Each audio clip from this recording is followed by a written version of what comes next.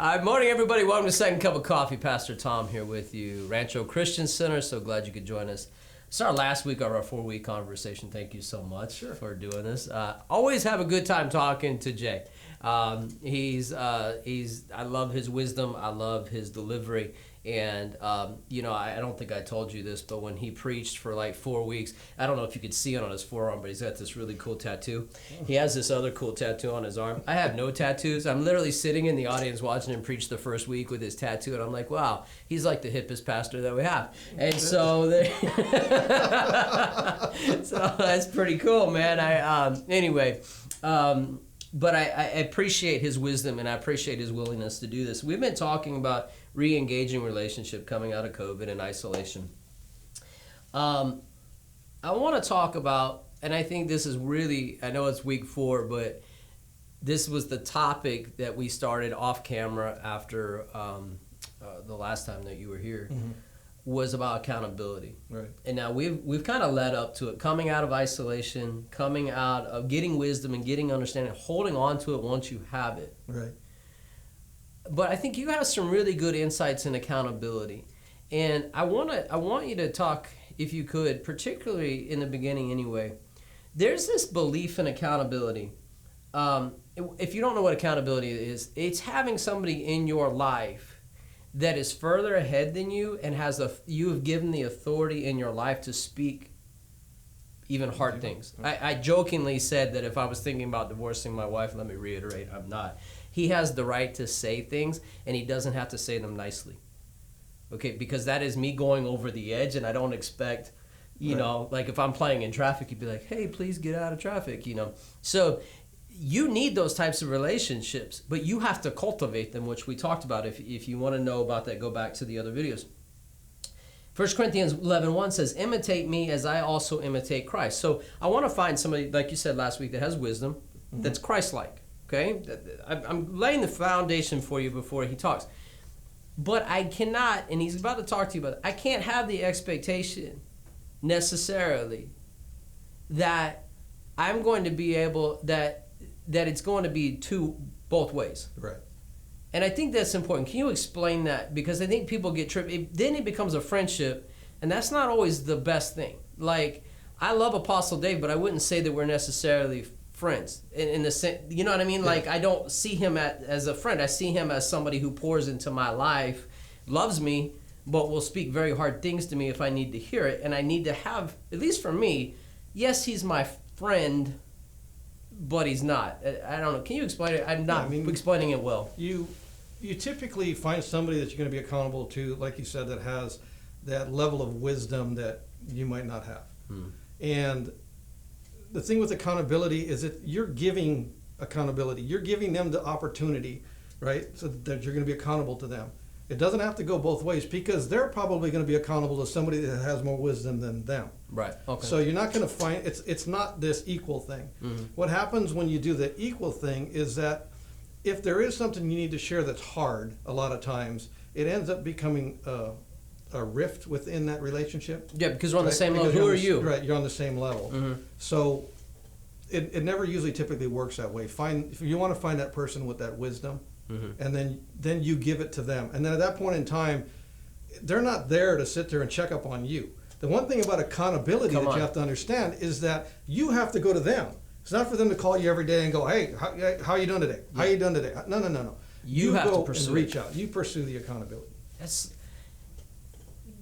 When you find it, go get it. Right. That we talked about that a couple of weeks ago, but it's so true. Go get it. Now, I have friends that I believe I'm accountable to, but it's not, and they can speak into my life. I've given them that. But there is a different level with people who are have authority in my life. It's kind of hard to explain. I don't want to make it weird. My friends can speak into my life, and I will listen to them. And if it's the Holy Spirit, then I'm going to do what they said. But there carries a different weight when there's like you said, somebody who has. Let me back up. Sorry, let me reverse this. When you find wisdom in somebody, and you have a problem, and you need that wisdom. Don't hold the card that says, well, if I can't speak into their life, you can't speak into my life, is what he's talking about. Because what that creates is your exit because you don't really want freedom. And I hope you understand that. This is, when I really want freedom, I want it at any cost. So he's not even talking about age necessarily. There's people in my life who may not be my exact same age, but I respect their wisdom. Correct. And I respect the Spirit of God in them. So if they said, ba, ba, ba, ba, ba to me, I'm going to listen. Okay? But I don't, if I have an issue that I'm trying to grow out of and work through, I don't go in it with this feeling that, well, you need to let me help you too. Right. Because that just may not be the case. Yeah.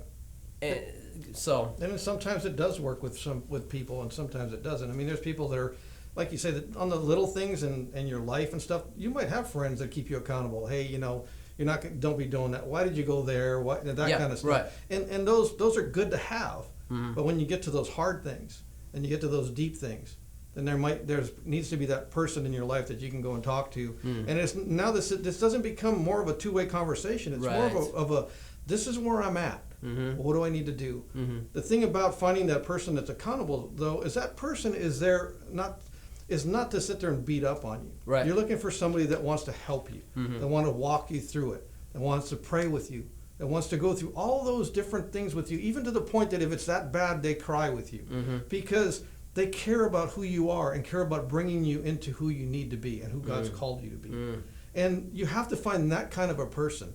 Yeah, they're going to bring correction, there's no doubt, because you're giving them that place to do that. Mm-hmm. You know, and then you either take the correction or you don't, that's your choice. But you're not going to want somebody that just brings correction and walks away. You want to know that person loves you, right, and cares about you.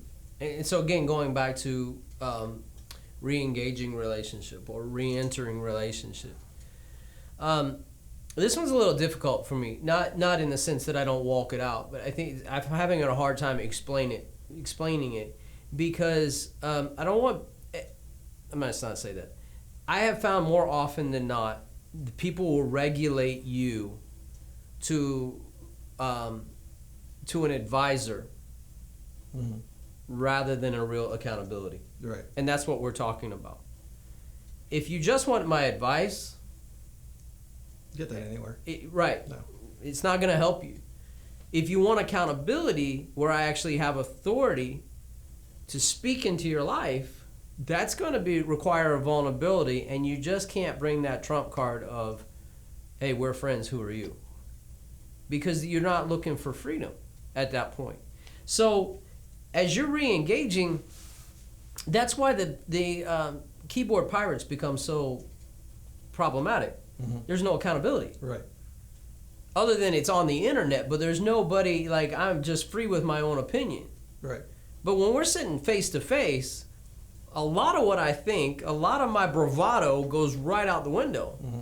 Because hopefully the Spirit of God starts to kick in a little bit more, right? Right. And so I'm bringing this back around to a point. We're not all equal. No. We're not all equal. I'm not equal to Jay in a lot of areas, and I recognize that. And so I go to him for wisdom. And it's not just about what he does or his skills or this or that, but there's different, you can use those as just basic examples, right? I can call him about a plethora of things. I can call my father-in-law, which I do, about a plethora of things. I don't know how to do them. These guys are trade guys. If they don't know how to do it, they figured it out sometime, or they know somebody that does, right?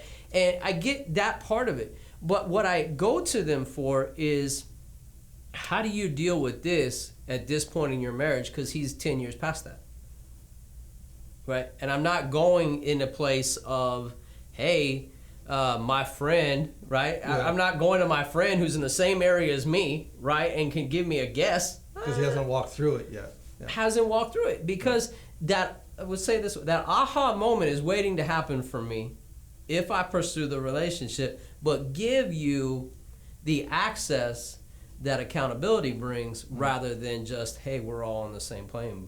We're not. If I'm going and asking, I am making myself open to his wisdom, which puts him in a place of authority that God can pour through. I hope that makes sense. They say accountability there's two things in accountability that have to come through. And the two things in accountability, when you're becoming accountable to somebody, it's humility and honor. Those are the two things that need to be out there when you're sitting there and being accountable to somebody.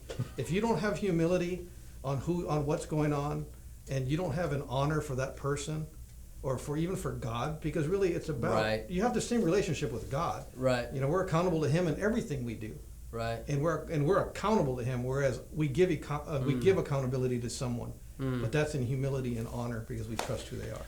Well, see, once again, he summarized what I stumbled around for 10 minutes trying to explain in 2 words, which I really appreciate. Imitate me just as I imitate Christ. I'm only going to do that if I have humility and I honor the person that I'm watching. Right, exactly. It's the only way it works. And they don't have, that's not an age-specific thing. No, it isn't. It really isn't. Somebody younger than me could have more wisdom than me, even in an area of my spiritual life.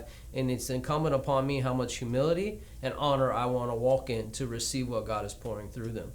And so we got to be careful we don't take offense because of somebody's age, one way or the other. Oh, they're too old, they would never understand, or they're too young. No, if you see the Spirit of God, you see wisdom, grab a hold of it and don't let go, because it'll get you way down the road. Thank you again so much. Really appreciate you. I imagine we'll have more conversations in the future. Guys, RCC Second Cup, subscribe, like it, share it. This is good stuff, not because I'm sitting here, but he summarized it. Honor and humility is going to get you a long way down the road and help you grow in Christ way more than you would if you walk in pride. That's right. Exactly. Yeah. Not going anywhere in pride. You're not going anywhere in pride but a fall. So anyway, we love you. God bless you. We'll talk to you soon.